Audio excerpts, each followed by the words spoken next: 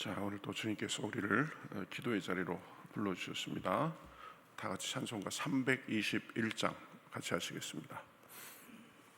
찬송가 321장입니다. 321장 날 대속하신 예수께 같이 찬송하시겠습니다.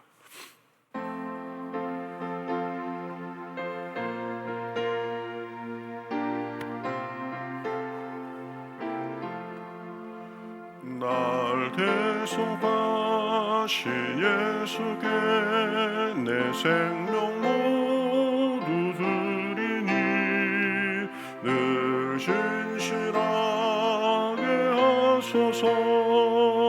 내 구주 예수여, 나 구주 위에 살리라.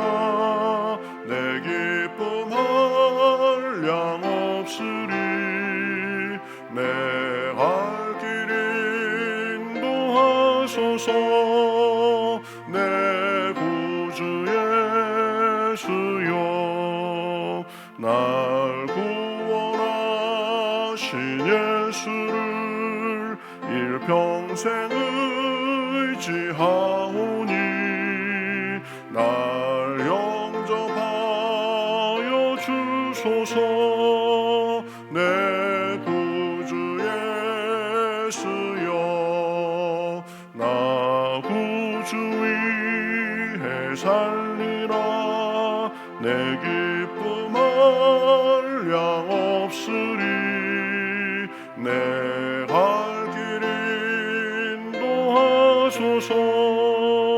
내 구주 예수여, 주 십자가에 달리사 날 사유하게 했으니 내 몸과 마음을 주 위해 다스게 하소서. 나 구주 위에 살리라. 내 기쁨 한량 없으리. 내 갈 길 인도하소서. 내 구주 예수여. 아멘. 아멘. 네, 성경 말씀 사사기 13장 15절부터 보겠습니다. 구약성경 385면에 있습니다. 385면 사사기 13장 15절부터 25절까지 보겠습니다. 자, 15절부터 저와 여러분이 한 절씩 교독하겠습니다. 마노아가 여호와의 사자에게 말하되 구하옵나니 당신은 우리에게 머물러서 우리가 당신을 위하여 염소 새끼 하나를 준비하게 하소서 하니, 여호와의 사자가 마노아에게 이르되 내가 비록 나를 머물게 하나 내가 내 음식을 먹지 아니하리라. 번제를 준비하려거든 마땅히 여호와께 드릴지니라 하니, 이는 그가 여호와의 사자인 줄을 마노아가 알지 못함이었더라. 마노아가 또 여호와의 사자에게 말하되 당신의 이름이 무엇이니까? 당신의 말씀이 이루어질 때에 우리가 당신을 존귀히 여기리이다 하니, 여호와의 사자가 그에게 이르되 어찌하여 내 이름을 묻느냐? 내 이름은 기묘자라 하니라. 이에 마노아가 염소 새끼와 소제물을 가져다가 바위 위에서 여호와께 드리매 이적이 일어난지라. 마노아와 그의 아내가 본즉 불꽃이 제단에서부터 하늘로 올라가는 동시에 여호와의 사자가 제단 불꽃에 휩싸여 올라간지라. 마노아와 그의 아내가 그것을 보고 그들의 얼굴을 땅에 대고 엎드리니라. 여호와의 사자가 마노아와 그의 아내에게 다시 나타나지 아니하니 마노아가 이제야 그가 여호와의 사자인 줄 알고 그의 아내에게 이르되 우리가 하나님을 보았으니 반드시 죽으리로다 하니 그의 아내가 그에게 이르되 여호와께서 우리를 죽이려 하셨더라면 우리 손에서 번제와 소제를 받지 아니하셨을 것이요 이 모든 일을 보이지 아니하셨을 것이며 이제 이런 말씀도 우리에게 이르지 아니하셨으리이다 하였더라. 그 여인이 아들을 낳음에 그의 이름을 삼손이라 하니라. 그 아이가 자라매 여호와께서 그에게 복을 주시더니 소라와 에스다올 사이 마헤네단에서 여호와의 영이 그를 움직이기 시작하셨더라. 아멘. 자, 오늘 말씀은 어제는 이제 하나님께서 역사하시면서 사람을 준비시키신다, 부모까지 준비시키셔서 그 자녀를 준비시키신다, 그런 내용을 살펴봤고요. 오늘은 하나님께서 그 사람을 어떤 측면에서 준비시키시는지, 또 사람을 준비시키실 때 하나님께서 무엇을 요구하시는지 그런 것들을 볼 수 있습니다. 하나님은 사람에게 일을 맡기시기 전에 반드시 준비시키시는 분이십니다. 그 준비는 어떤 외적인 교육이나 그 사람이 가진 능력 이런 것보다도 진심의 순종, 그리고 하나님을 경외하는 것, 그리고 성령의 역사하심을 통해서 이루어지는 것을 볼 수 있습니다. 삼손의 부모 이 마노아와 그의 아내는 아이를 낳지 못하는 상황 속에서 이제 여호와의 사자를 만나서 하나님의 계획과 또 자신들에게 부여된 사명을 듣게 됩니다. 하지만 그들은 이 사명을 바로 이해하거나 감당할 수가 없었습니다. 그래서 하나님은 이 부부를 이제 하나님의 그 일을 하는 그런 일을 위해서 준비시키시는데, 어떻게 이 사람을 준비시키시는지, 어떤 면에서 준비시키시는지 이런 것들을 볼 수 있습니다. 그래서 이 본문을 통해서 세 가지 준비의 중요한 점들을 우리가 살펴보려고 합니다. 첫 번째는 하나님은 순종을 통해서 사람을 준비시키십니다. 이 마노아는 여호와의 사자가 다시 찾아오자 그를 극진히 대접하려고 이제 식사를 준비하려고 합니다. 고대 근동의 전통적인 그 문화에서는 이 사람들을 잘 대접하고 환대하고 이런 것이 중요한 요소였습니다. 그래서 그 문화의 관습을 따라서 지금 그렇게 하는 거죠. 근데 여호와의 사자는 그 음식을 거절합니다. 거절하면서 이렇게 말하죠. 내가 나를 머물게 하려 하나 내가 내게서 음식을 먹지 아니하겠노라. 그러면서 여호와께 대신 번제를 드리라, 이렇게 말씀합니다. 이것은 단순히 그저 음식을 먹지 않겠다 하는 그런 거절이 아니라 하나님의 뜻대로 제단 위에 순종의 제사를 먼저 드리라는 그런 의미였습니다. 그러니까 내 방식, 그 당시의 관습 이런 것이 아니라 하나님의 방식으로 반응하라는 그런 뜻이었습니다. 그래서 이 마노아는 두말하지 않고 그 말씀을 듣고 결국 순종해서 이 번제를 준비한 것을 볼 수 있습니다. 내 방식과 내 뜻보다 하나님의 뜻을 따르라는 거죠. 그리고 이제 마노아가 여호와의 사자에게 이름이 뭡니까? 잘 모르고 이렇게 묻자 이렇게 대답합니다. 어찌하여 내 이름을 묻느냐? 내 이름은 기묘자니라, 이렇게 대답합니다. 이 말씀은 하나님의 존재 그리고 하나님의 역사하심은 인간의 이해를 넘어선 깊은 그런 신비한 이 모습이 있다라는 것을 보여줍니다. 여러분, 하나님을 우리가 다 알고 이해하고 할 수 있는 그런 분이 아닙니다. 우리의 제한된 이해력과 우리의 제한된 그런 능력 속에서 하나님을 다 알 수가 없죠. 그러니까 하나님은 우리가 다 이해해서가 아니라 믿고 순종할 때 준비된 자로 세우십니다. 사명을 위한 준비는 다 이해해서가 아니라 이해할 수 없어도 그분의 뜻과 섭리가 있겠지라고 생각하면서 순종하는 데서 시작되는 것입니다. 그래서 이 성경에서 순종을 굉장히 강조하는 이유가 있습니다. 하나님의 뜻과 그분의 방식을 다 이해하지 못해도 순종을 통해서 우리가 이해하게 된다는 것입니다. 그래서 요한복음 14장 15절에 보면 이렇게 말씀했죠. 예수님이 너희가 나를 사랑하면 나의 계명을 지키리라 이렇게 말씀했습니다. 다 이해되지 않아도, 다 납득되지 않아도 믿음으로 순종하는 것입니다. 그러한 순종 속에 하나님의 차원을 경험하고 깨닫게 되고, 그런 과정을 통해서 준비되고 이 쓰임 받는 것입니다. 우리가 다 이해해서 하나님의 위대하심을 그렇게 아는 것이 아니라, 몰라도 하나님의 인도하심 속에 순종하니까 하나님이 이런 일을 하시더라, 그렇게 우리가 경험을 통해서 하나님을 알게 되는 것입니다. 누가복음 5장에 보면 베드로가 예수님께 이렇게 대답하죠. 선생님, 우리들이 밤이 새도록 수고하였으되 얻은 것이 없지만은 말씀에 의지하여 그물을 내리리다, 이렇게 해서 그물을 내린 것을 볼 수 있습니다. 그러니 밤새 그물질을 했는데도 한 마리도 잡지 못했지만 그물이 찢어지도록 고기를 잡게 된 것입니다. 그렇죠?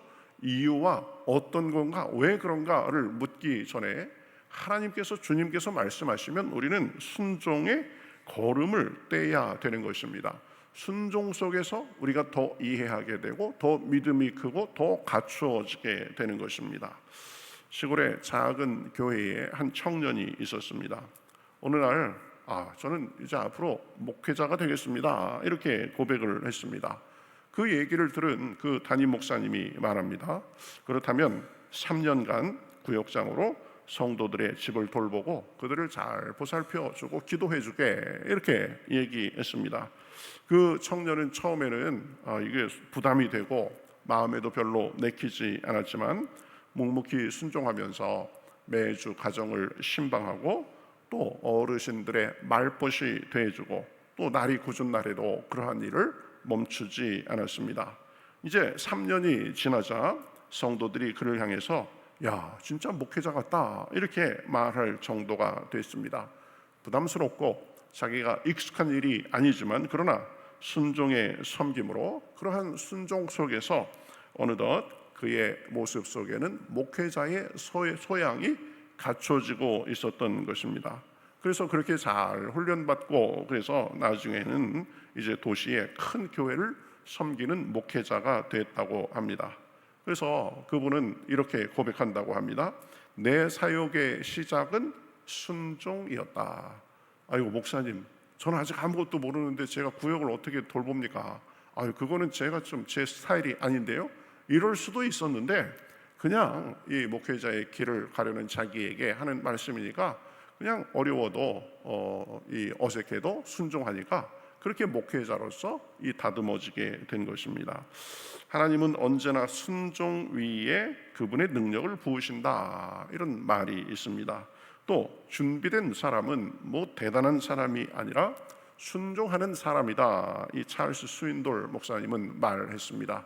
우리가 다 알 수 없습니다. 다 우리가 가늠이 돼서 할만하겠다 해서 하는 것이 아닙니다. 그죠? 홍해를 가리키라고 하면 가리키고, 그래서 발을 담그라고 하면 담그고, 그런 순종이 있어야 순종 속에서 하나님을 알게 되고 하나님의 사람으로서 준비되는 것입니다. 또 하나는 하나님은 경외함 속에서 사람을 준비시키십니다. 이제 마노아가 번제를 여호와께 드릴 때 놀라운 일이 일어납니다. 불꽃이 제단에서 하늘로 올라갈 때 여호와의 사자가 그 불꽃과 함께 올라가는 모습을 보았습니다. 이 광경을 본 마노아와 아내는 깊은 두려움과 경외에 휩싸여서 얼굴을 땅에 대고 엎드립니다. 그러면서 이렇게 말하죠. 우리가 하나님을 보았으니 반드시 죽으리로다. 이 반응은 하나님의 거룩하심 앞에서 이 사람의 이 연약함과 죄악된 모습을 발견하고 그것을 고백하는 것입니다. 이 대단하신 하나님 앞에 죄인인 나의 모습을 발견하는 거죠. 이게 경외심입니다. 경외심은 단순한 공포가 아닙니다. 하나님의 위험 앞에서 자신의 부족함과 하나님의 주권을 인정하는 마음입니다. 하나님은 이런 경외함을 통해서 사람을 겸손하게 만들고 깨뜨리시고 자기 중심성을 내려놓게 하시고 진정으로 준비된 그릇으로서 만들어 가시는 것입니다. 하나님은 우리를 친밀하게 부담 없이 대해 주시는 분이지만 우리는 그 하나님을 경외함 속에서 섬겨야 되는 것입니다. 그렇죠? 이 하나님에 대해서 쉽게 생각하고 내 임의대로 내 형편대로 하나님을 맞추려고 하면 안 됩니다. 그래서 잠언 1장 7절에서 뭐라고 말합니까? 여호와를 경외하는 것이 지식의 근본이거늘, 이렇게 말합니다. 하나님을 순종하며 또 순종하되 하나님을 경외하는 마음을 가지고 하나님을 대해야 되는 것입니다. 철로 역정의 저자 존 버녀는 이 하나님의 일을 하다가 이 나라의 박해로 무려 12년 동안을 감옥에 갇혀 있게 됐습니다. 그렇지만 감옥 속에서 반복해서 성경을 계속 읽으면서 이 하나님이 얼마나 거룩하고 위대하신지, 그리고 나는 얼마나 낮고 부족한 사람인지 아주 그것을 절실하게 깨달았습니다. 그러면서 말합니다. 나는 가장 위대한 진리는 하나님을 경외하는 데서 시작된다는 것을 배웠다, 이렇게 말합니다. 감옥이라는 그런 고난의 그런 환경이었지만 하나님의 임재 앞에서 깊이 자신을 낮추는 내적 경외가 이 존 버년이라는 영적 거장을 만든 것입니다. 그렇죠? 우리도 하나님을 깊이 경외하며 그 높으심에 우리가 감복하면서 하나님을 섬길 수 있어야 됩니다. 마지막으로 하나님은 성령을 통해서 사람을 준비시키십니다. 삼손이 태어난 후에 이제 여호와의 영이 그를 움직이기 시작했다고 했습니다. 그래서 삼손의 부모는 삼손을 특별히 구별된 나실인으로 키웠고 성령께서 그를 이끌어 이제 이스라엘의 사사로 준비시켰습니다. 하나님의 사람은 자기 힘으로 준비되는 것이 아니라 성령님의 능력과 인도하심으로 준비되는 것입니다. 그렇죠? 그러니 우리도 늘 삶 속에서 우리의 부족함을 알고 성령님의 인도하심을 구하고 그 성령님의 인도하심을 적극적으로 따라야 되는 것입니다. 오직 성령이 너희에게 임하시면 너희가 권능을 받고 예루살렘과 유다와 사마리아와 땅 끝까지 이르러 내 증인이 되리라, 이렇게 말씀하셨습니다. 성령의 능력에 사로잡혀야 우리가 하나님께도 쓰임 받고 그런 삶을 살 수 있는 거죠. 우리가 살다 보면 내 힘으로 안 되겠다라는 것들이 많이 있습니다. 그러나 주님께서는 능치 못함이 없다라고 말씀합니다. 어떻게 능치 못함이 없게 됩니까? 이 스가랴서 4장 6절에 보면 우리가 잘 아는 말씀이 있죠. 이는 힘으로도 되지 아니하며 능으로도 되지 아니하고 오직 나의 영으로 되느니라. 내 한계를 느낄 때, 이 상황이 도저히 안 되겠는 걸 느낄 때 하나님의 사람은 그것을 구실로 적당히 회피하고 그냥 그러는 것이 아니라 성령의 능력을 의지해서 앞으로 나아가는 것입니다. 삼손도 보면 성령께서 그를 돌보기 시작해서 사사로 세워진 것입니다. 하나님은 사람을 준비시키시는데 순종, 경외함, 성령으로 사람을 준비시키신다는 것을 우리가 살펴보았습니다. 우리는 하나님의 부르심 앞에서 내가 너무 참 미쳐나 보일 때가 많이 있습니다. 여러 가지로 준비가 안 된 것 같은 때가 많이 있습니다. 그러나 우리가 순종할 때, 그리고 하나님의 거룩함 앞에, 그분의 위대하심 앞에 경외하며 겸손히 섬길 때, 또 성령의 능력을 구하며 의지할 때 우리를 사명자로 준비시키시는 것입니다. 우리 한번 물어봐야 됩니다. 스스로 나는 지금 하나님의 뜻과 그분의 방식에 순종하고 있는가? 내 틀에 하나님을 가두지는 않는가? 하나님을 진심으로 경외하며 섬기고 있는가? 그리고 성령님의 도우심이 없이는 나는 무능하고 연약한 존재임을 알며 늘 의지하고 살고 있는가? 오늘도 기도하는 가운데 순종의 사람, 경외의 사람, 우리 성령의 사람으로 우리가 세워지고 주님 앞에 칭찬받는 그런 삶을 사실 수 있기를 우리 주님의 이름으로 축복합니다. 같이 기도하겠습니다. 하나님 감사합니다. 하나님께서는 부족한 사람들도 준비시키시고 쓰시는 것을 우리가 보았습니다. 순종을 가르치시고 또 하나님을 경외하도록 하시고 또 성령을 통해서 우리를 준비시키시는 것을 우리가 살펴보았습니다. 하나님 뜻보다 내 뜻을 우선시하지 않도록 도와주시고 하나님의 뜻보다 내 계산을 우선시하지 않도록 주여 인도하여 주시옵소서. 순종하며 하나님의 크심을 우리가 정말 경외하며 섬기는 가운데 성령님을 의지해서 우리 삶에도 하나님이 우리를 준비시키시고 하나님이 이를 위해서 우리를 사용하시는 것을 경험하며 살 수 있도록 주여 도와주시옵소서. 부족한 우리가 하나님을 어찌 다 알겠습니까?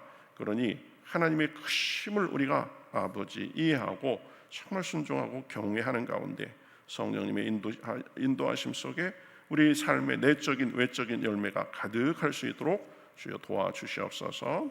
오늘도 기도할 때 성령의 충만을 주시고 더위를 이길 힘도 주시고 함께 하실 줄 믿고 살아계신 예수님의 이름으로 기도하옵나이다. 아멘.